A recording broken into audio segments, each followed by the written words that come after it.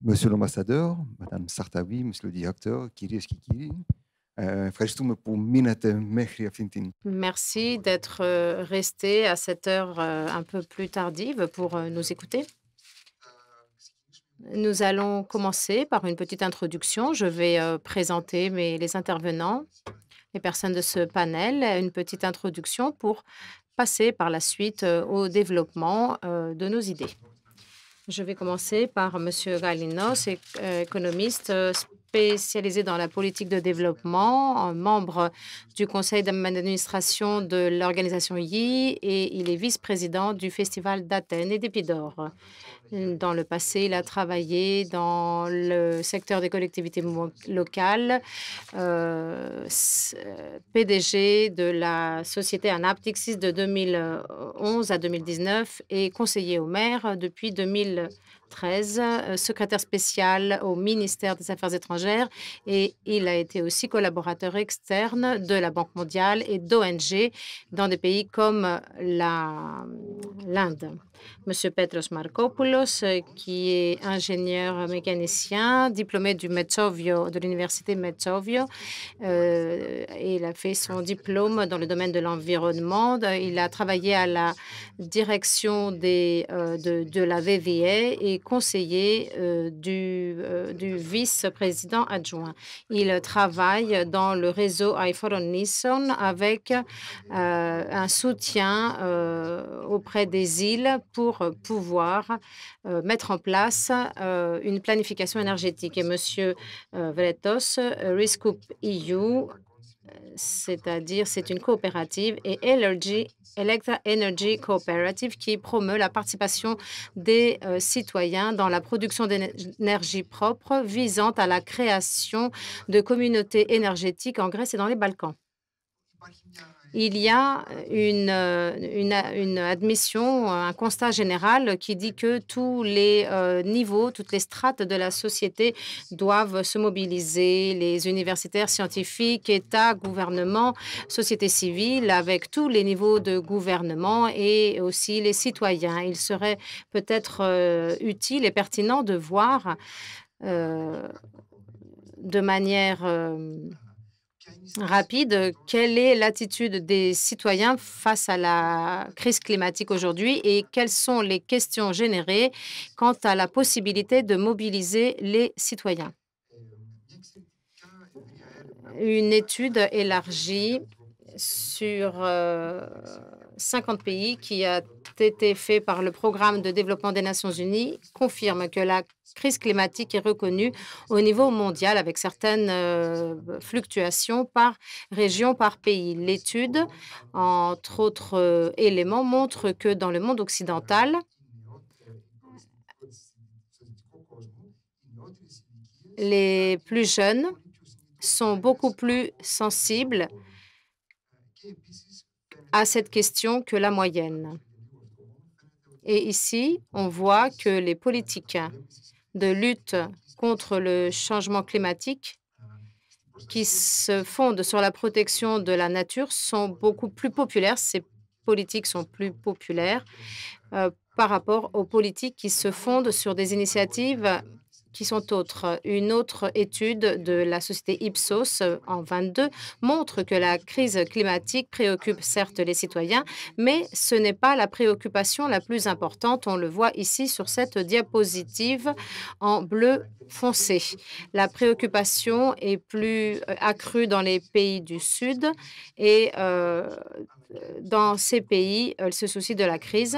Cette même étude montre que les personnes interrogées considèrent que la responsabilité de lutte contre la crise climatique est partagée pour ce qui est des gouvernements et il y a une tendance aussi à réduire cette préoccupation vis-à-vis de la responsabilité des hommes et la responsabilité des gouvernements est plus accrue, 39% seulement en moyenne au niveau mondial. Donc, pense que le gouvernement du pays, de son pays, a un plan clair de lutte contre la crise. Et on a aussi une compréhension lacunaire pour ce qui est des engagements des pays. Une étude de l'OCDE montre l'importance des des certitudes des citoyens. Les politiques qui considèrent qu'elles alourdissent les foyers avec des revenus plus bas sont moins soutenues et les impacts négatifs sur le même foyer de ces personnes. Ici, on a, si vous voulez, une thématique justice qui est très importante pour notre question. Cette même étude met la lumière sur la volonté de changer les habitudes en montrant des différences géographiques. Ici, je n'ai pas le temps de le voir en détail, mais le bleu foncé, c'est une position plus positive, le rouge, c'est négatif. Et on voit tout en haut, à gauche, que dans les sociétés développées, les mesures qui impliquent plus de sacrifices dans les habitudes, en fait, sont moins soutenues, alors que cela n'est pas le cas des pays économiquement moins développés. En conclusion, certains éléments concernant la Grèce, une étude de Vianney aussi de 2022 montre un intérêt important, c'est-à-dire la crise climatique est bas ici en rouge, c'est bas sur l'échelle. Et un autre élément important, c'est que les citoyens grecs considèrent que le gouvernement et l'Union européenne ne font pas assez de choses pour pouvoir lutter contre la crise climatique, même si, comme on a pu l'entendre, les politiques européennes sont peut-être les plus radicales au monde aujourd'hui. Et dernière diapositive ici nous montre les actions les plus fréquentes qui sont prises par les citoyens. On voit des actions qui sont beaucoup plus près du quotidien et qui n'impliquent pas un investissement particulier.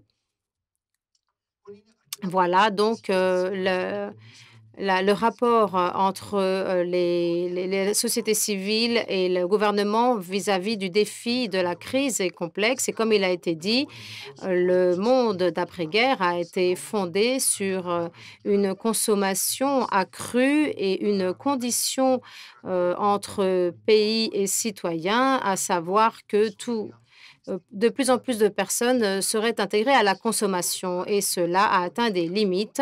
Et ce modèle également de cohésion sociale arrive donc à ses limites. Par ailleurs, un autre point important, c'est que la montée des richesses au niveau global n'est pas bien répartie et il y a aussi un déséquilibre pour ce qui est de la lutte contre le changement climatique. Au niveau mondial, 10% des pollutions ont à voir avec le dioxyde de carbone. Donc, cela concerne l'énergie 2021, comparé aux 0,22% pour ce qui est du 10% le plus bas. Donc, la différence est très grande. Inégalité aussi à l'intérieur des pays, comme le dit cette étude de 2023, les habitudes d'investissement de la population contribue à l'effet de serre. L'inégalité dans les émissions mondiales s'explique par les inégalités dans les pays, c'est-à-dire les inégalités entre les personnes les plus riches et les moins riches. En d'autres termes, on voit ce problème sous le prisme de la justice climatique. On ne peut pas donc demander à tous les citoyens de changer leurs habitudes. Et au niveau mondial, il est essentiel de changer cette consommation de plusieurs milliards de personnes, ce qui peut se faire sans gréver la crise climatique par le biais de politiques qui pourront conduire à une répartition. On comprend bien combien tout cela est difficile au niveau politique. Même si le changement des habitudes individuelles seront essentiels pour pouvoir atténuer cette crise, cette inégalité est très important. On a vu dans les diapositives tout à l'heure et qui montre que les personnes doivent sentir qu'il y a une répartition équitable des restrictions, alors que la question environnement ou développement, c'est un pseudo-dilemme et cela appelle une réponse non seulement pour ce qui est de la croissance durable ou non, mais par rapport à la question développement pour qui? En définitive, pour pouvoir voir la contribution des citoyens, il faut faire des efforts à 3 niveaux. Information sur les politiques et leur application, des mesures qui puissent convaincre, à savoir que la transition est équitable, et les infrastructures et les services qui puissent soutenir de manière efficace les actions visant à réduire les émissions. C'est un domaine complexe d'une très grande importance par rapport à ce que fait la société civile. Je vais demander maintenant aux interlocuteurs, aux intervenants d'intervenir, bien sûr, et on reconnaît qu'il y a un problème de gender balance, donc de balance des genres au niveau de ce panel. Alors, Alexis, est-ce que tu veux bien commencer par nous dire ton point de vue? Bonjour à tous. Très intéressante l'intervention de Christos. Il nous a rappelé des données auxquelles je ne pensais pas spontanément. Dans Organization Earth, il est très important pour nous. Il y a deux choses qui sont très importantes. L'un, c'est la reliaison de l'homme avec la nature et l'autre, c'est la reliaison de l'homme avec les autres humains. Pour nous, ce sont des sujets d'une importance générale, mais cela concerne l'objet de notre débat d'aujourd'hui, puisqu'un aspect très important de notre travail est lié à l'assistance que nous souhaitons apporter au public, par exemple au sujet des cultures urbaines, le jardinage urbain pour qu'ils apprennent à mieux manger, c'est-à-dire sur une base saisonnière, moins de viande, des produits locaux, etc. Et réduire, dans la mesure du possible, le gaspillage. À l'heure actuelle, dans une très large mesure, nous conservons nos mauvaises habitudes. On produit un très grand nombre de déchets, on mange beaucoup de viande, on ne recycle pas, on est obèse, on ne s'exerce pas, on ne fait pas de sport.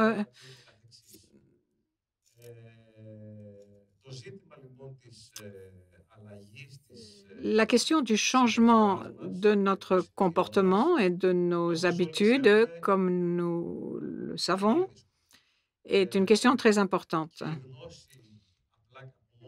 Le fait de savoir que telle habitude est mauvaise, eh bien, cela ne suffit absolument pas. Bien évidemment, pour les enfants et pour les jeunes, on est très optimiste. Il y a de l'espoir, oui, mais l'enjeu difficile, ce sont les gens de notre génération, si on peut parler comme ça de manière assez schématique.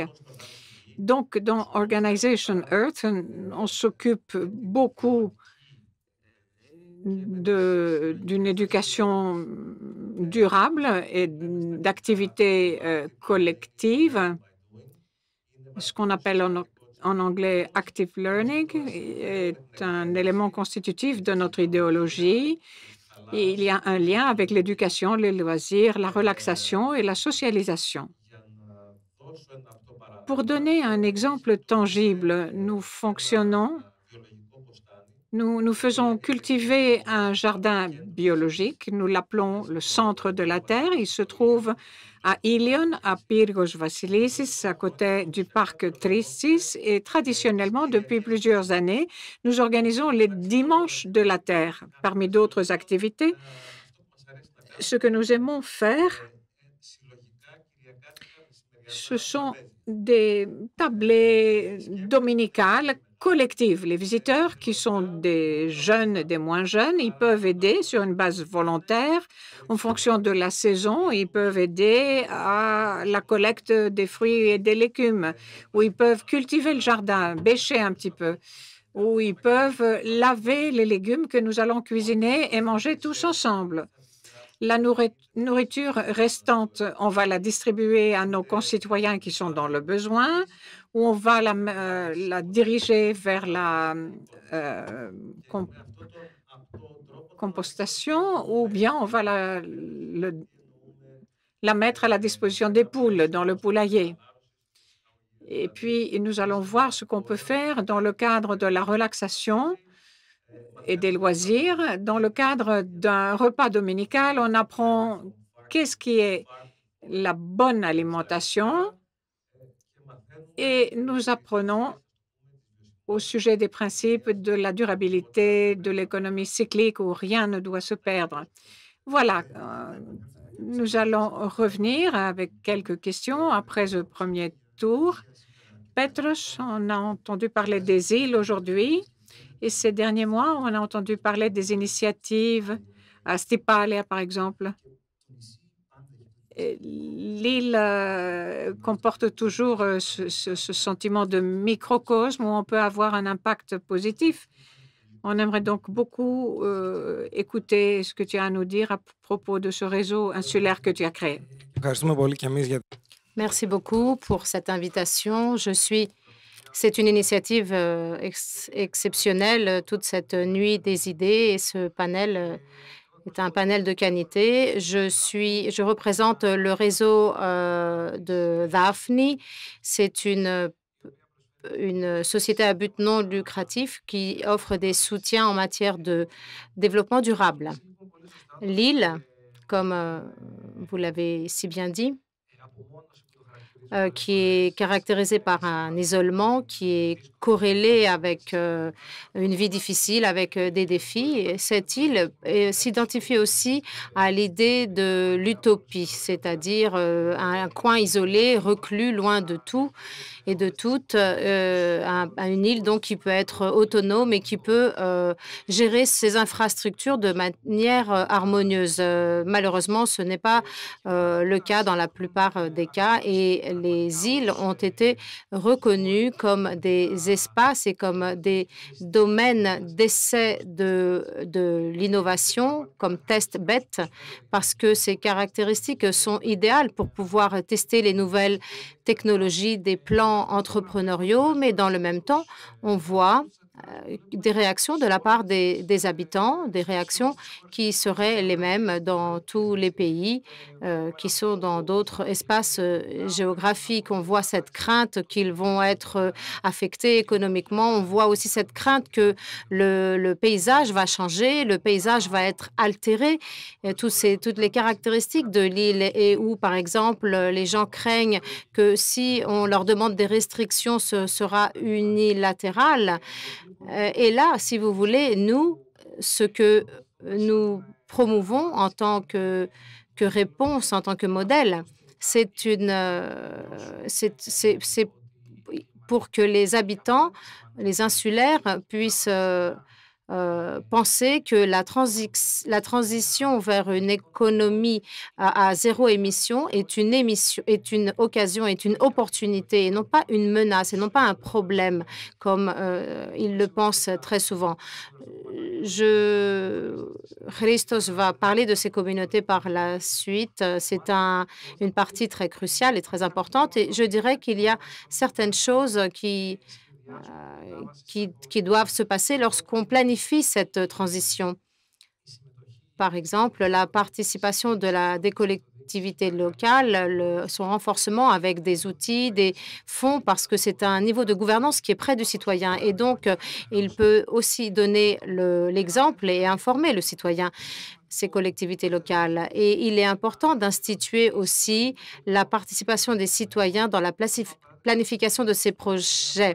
Exemple, il y a un financement européen qui nous permet de développer un outil de réalité virtuelle où quelqu'un sur son portable pourra voir comment apparaît un panneau photovoltaïque sur un toit, etc. Et donc, les citoyens auront cette possibilité de voir l'esthétique, de voir l'impact esthétique et pouvoir rationaliser ce dialogue avec parfois des arguments qui ne sont pas les bons arguments de part et d'autre. Un troisième élément, la formation, l'éducation, parce qu'il faut dire qu'il sera plus facile de parler du changement climatique à une génération qui a bien vu et qui connaît le recyclage, qui sait à l'école ce que veut dire économiser l'eau, par exemple, ou économiser l'énergie. Et pourquoi? Parce que les enfants sont comme des ambassadeurs, c'est des éléments multiplicateurs, donc des ambassadeurs des bonnes pratiques. Ils vont retourner à la maison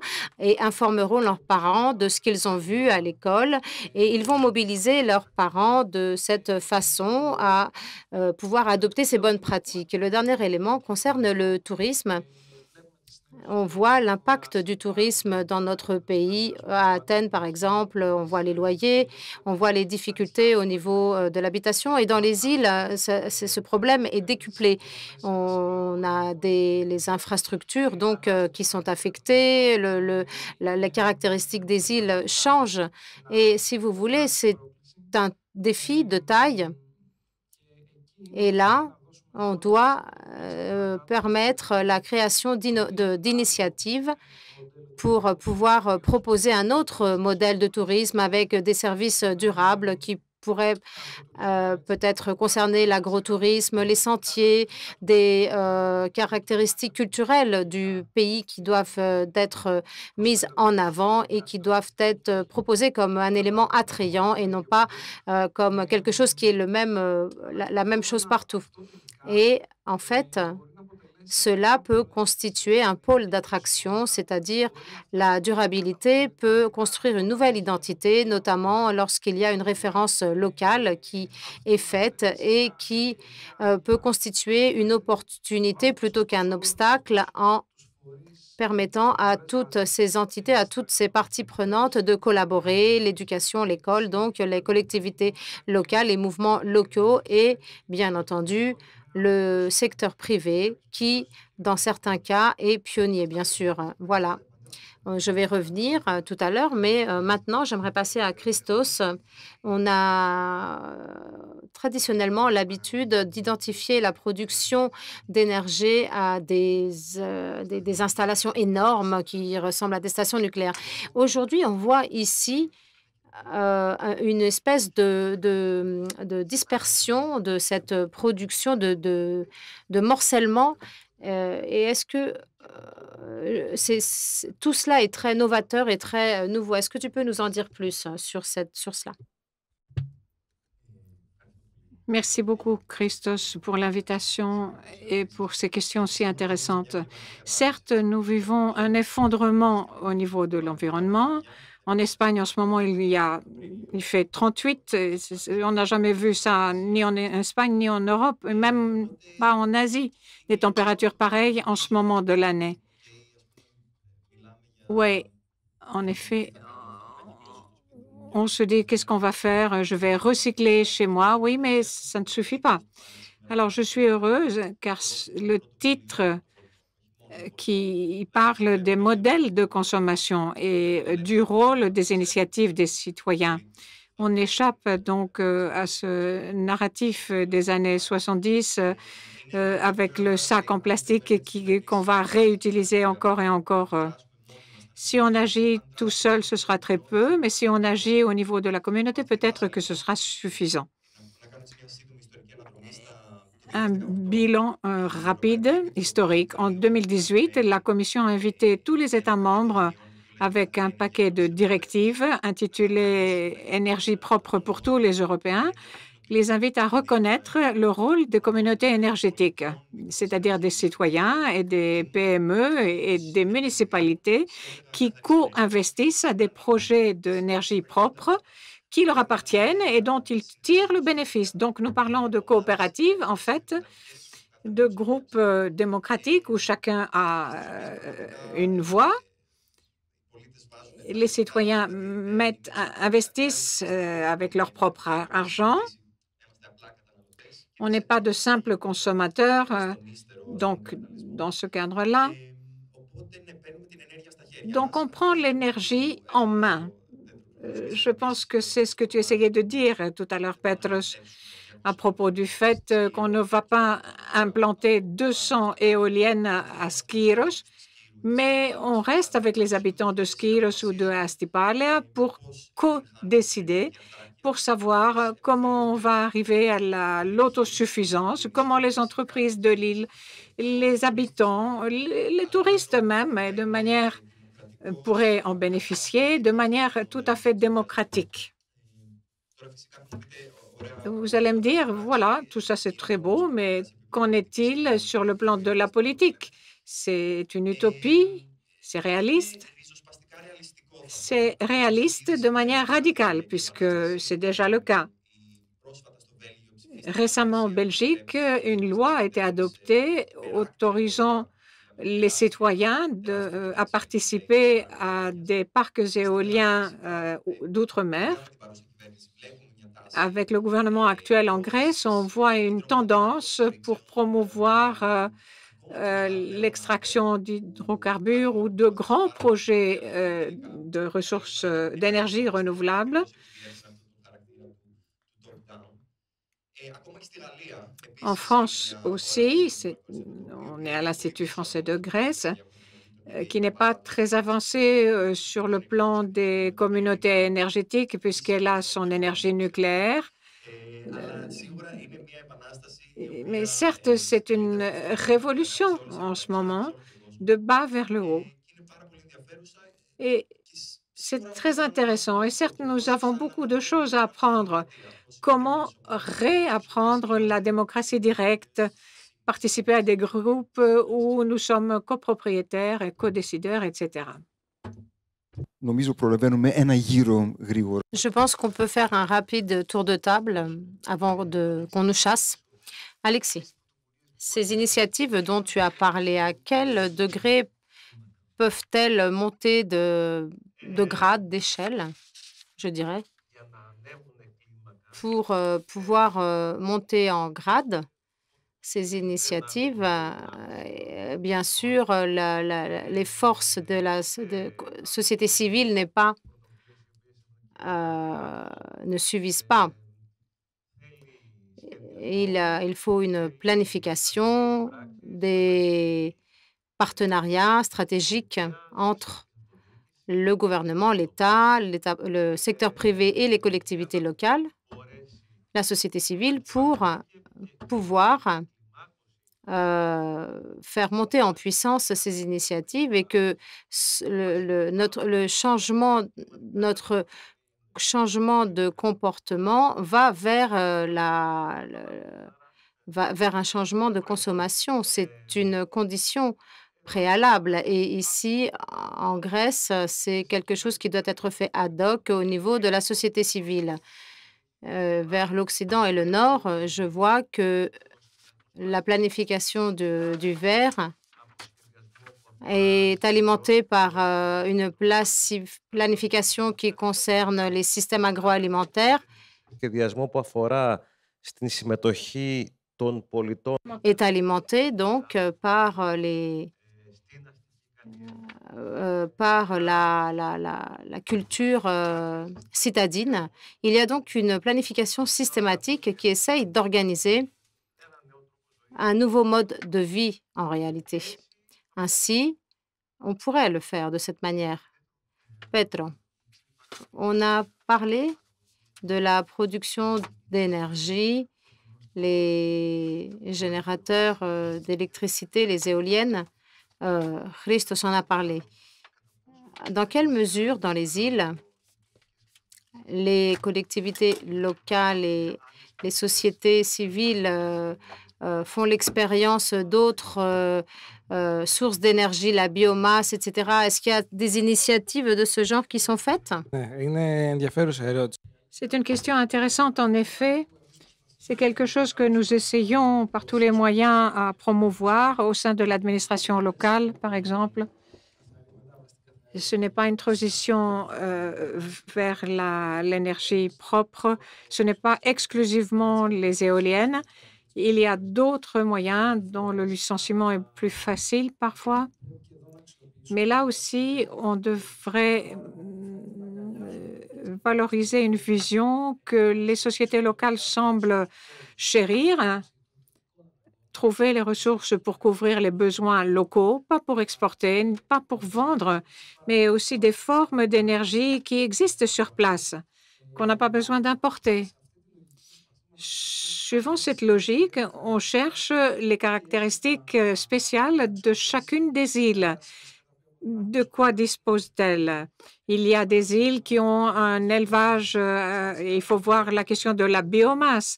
D'autres îles ont un champ géothermique assez important, mais il y a un historique mauvais avec l'île de Milos. Il y a des exemples européens qu'on s'efforce de transposer sous forme de bonnes pratiques. Par exemple, à Ikaria, on s'intéresse à la géothermie par opposition à un autre projet où la société locale était opposée. À Mykonos, par exemple, il y a des installations d'élevage où les déchets sont gaspillés. C'est un problème pour les unités locales de gestion des déchets, alors que cela pourrait être utilisé éventuellement de manière différente.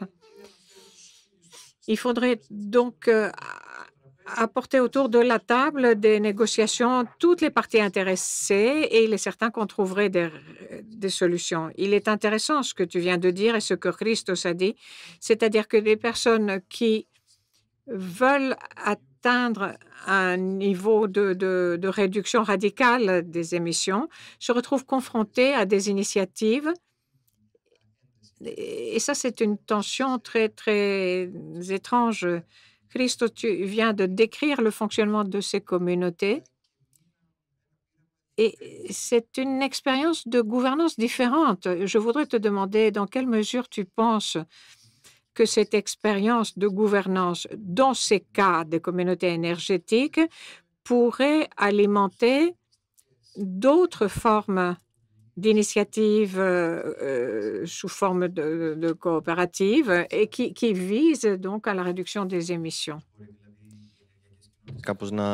Les communautés énergétiques peuvent engager des dialogues avec, dans la ville, par exemple, sur d'autres questions. Oui. Dans la législation grecque, comme j'ai dit, les communautés énergétiques sont des coopératives et donc, et certes, il y a une longue histoire des coopératives, au-delà de l'énergie, même les coopératives agricoles. Et donc, je dirais qu'il y a une grande marge d'interaction. Et je pense que c'est là l'essentiel. Il ne faut pas s'en tenir au domaine où nous sommes spécialisés. Nous devons apprendre, échanger. Et je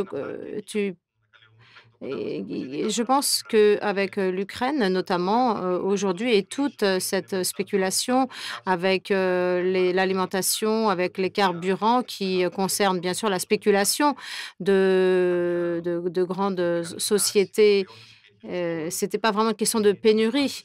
Et je pense que de nombreuses personnes commencent à adopter ces idées et à engager ce type de discussion, c'est-à-dire qu'au niveau des collectivités locales, nous réfléchissons à comment produire notre alimentation et produire notre énergie. Et oui, voilà, c'est tout ce que je dirais.